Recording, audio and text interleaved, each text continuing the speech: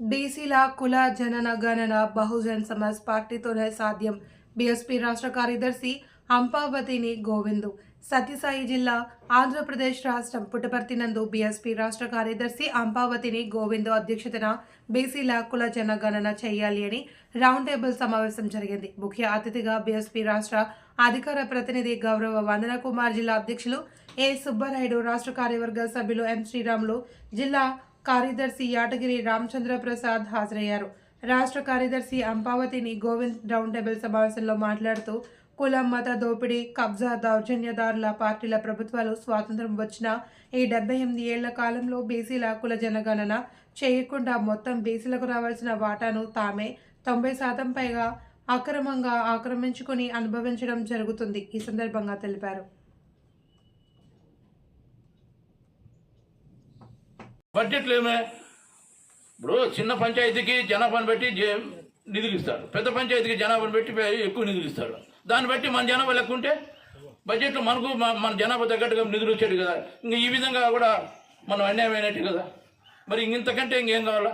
Nominated పదవులు అంతకుముందు ఎలక్షన్ల ముందు ఏం చెప్తాంటే మీరు గెలవలేరు, డైరెక్ట్గా నామినేట్లు మన పార్టీ రాని నామినేట్ పదవులు ఇస్తాం, మళ్ళీ ఆ తర్వాత డబ్బులు ఇస్తాం మనకి ఇచ్చుకొని మళ్ళీ వాళ్ళకి వెళ్ళిపోవడం.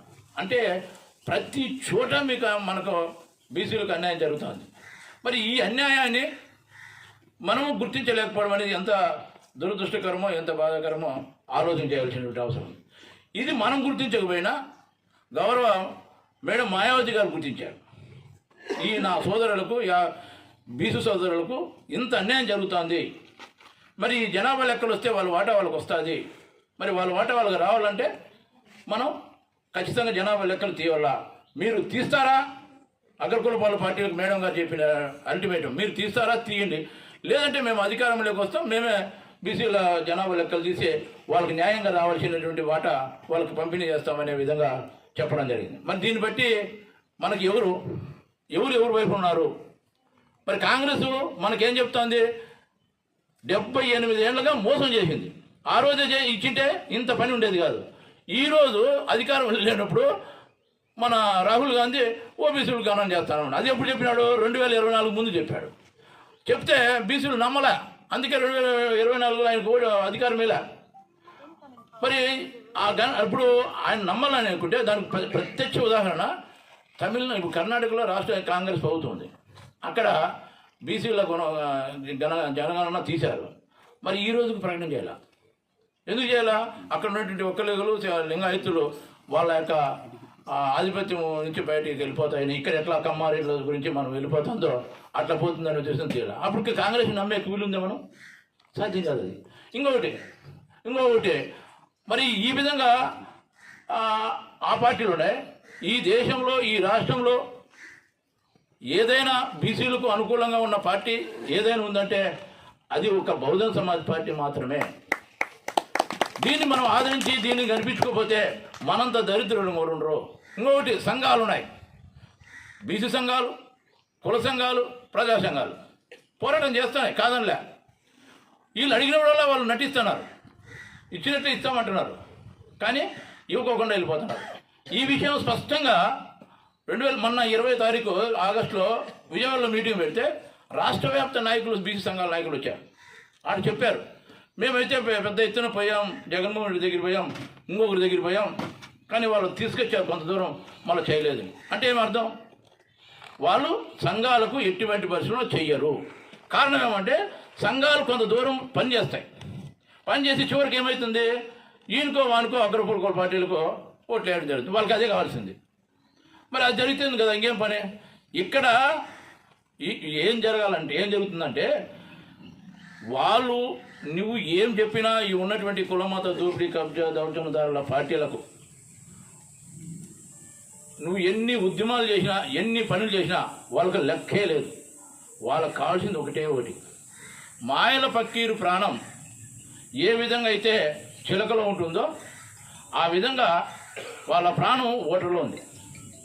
వాళ్ళు ముఖ్యంగా మీరు ఆలోచన చేయండి, ఈ దేశంలో ఉన్నటువంటి 85% మంది మనుషులను, ఎస్సీ ఎస్టీ బీసీ మైనార్టీ బహుజనులను మనుషులుగా చూడడం లేదు. ఇది బాగా గుర్తుపెట్టుకోండి, మనుషులుగా చూడడం లేదు, ఓటర్లుగానే చూస్తున్నారు. మరి ఆ ఓటర్లు వాళ్ళకు వ్యతిరేకంగా చేస్తామని అంటే అప్పుడు కొంత చేయగలుగుతా ఒకటో రెండో. ఇప్పుడు ఏమైందంటే ఎప్పుడైతే మేడం గారు ప్రకటించినారో ఇది ఇంక ఉత్తరప్రదేశ్ పెద్ద రాష్ట్రంలో మాకు కొంత దెబ్బతీస్తుందనో లేకపోతే ఇప్పటికే కొంత వెళ్ళిపోయిందనో మరి ఏ కారణమో మొత్తానికైతే ఒక చిన్న మెట్టు దిగినట్టుగా మాకు అనిపించింది. ఎందుకంటే ఈ నెల 3వ తారీఖున ఒక పేపర్లో ఆంధ్రజ్యోతిలో ఒకటి వచ్చింది, కులగణనకు ఓకే అని చెప్పిననే ఆర్ఎస్ఎస్ అని. అంటే ఆర్ఎస్ఎస్ బీజేపీ వాళ్ళ ఆత్మ, బీజేపీకి ఆత్మ లాంటిది ఆర్ఎస్ఎస్. వాళ్ళు చెప్పిన అంటే కొంత ఇదైంది. ఇప్పుడు వాళ్ళు ఏమంటున్నారంటే మేము ఓకే, కానీ దీన్ని ఈ కులాల గణను ఈ డేటా వివరాలను రాజకీయాలకు ఇంకో దానికి ఉపయోగించకూడదు, కులాల అభివృద్ధికి సంక్షేమానికి హితానికి చేయాలా అంటే మళ్ళీ ఇక్కడ సూక్తులు చెప్తారు.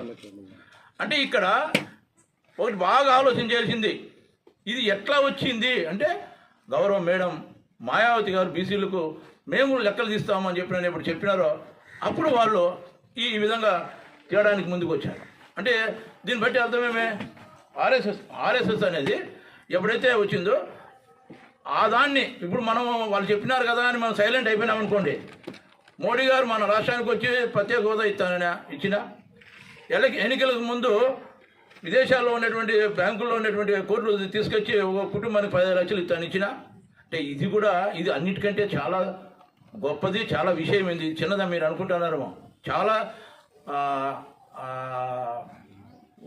మన వాటాను 78 ఏళ్ళుగా ఆక్రమించుకుని అనిపిస్తున్నటువంటి దాన్ని దీన్ని వదులుకునేదానికి వాళ్ళు సిద్ధంగా ఉంటారా?